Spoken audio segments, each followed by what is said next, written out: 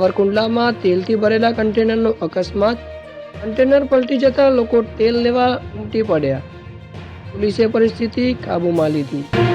તમિલનાડુ તિરુવલ્લીમાં ભયાનક અકસ્માત, કાર ડિવાઈડરને અથડાઈને પલટી ખાતા એક ઘાયલ।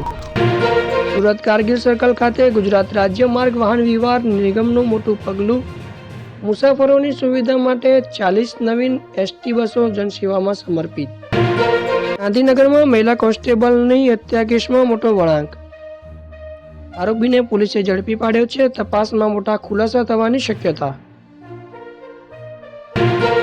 રાજકોટ સેશન કોર્ટનો ઐતિહાસિક ચુકાદો, 30 આતંકીઓને અંતિમ શ્વાસ સુધી જેલવાસ, અલ-કાયદા માટે કરતા હતા કામ। મધ્યપ્રદેશના રાજગઢ ભાટખેડીમાં રાવણની પૂજા, લોકો અનોખી રીતે આસ્થા સાથે પણ બાધા રાખે છે। વડોદરા નવરાત્રી ગરબા મહોત્સવમાં ખેલૈયાઓ વચ્ચે ઝઘડો, પોલીસે તાત્કાલિક પહોંચી 3 યુવક અને 2 યુવતીને ઝડપી વધુ તપાસ હાથ ધરી। રાજકોટ સેશન કોર્ટનો ઐતિહાસિક ચુકાદો, 30 આતંકીઓને અંતિમ શ્વાસ સુધી જેલવાસ, અલ-કાયદા માટે કરતા હતા કામ।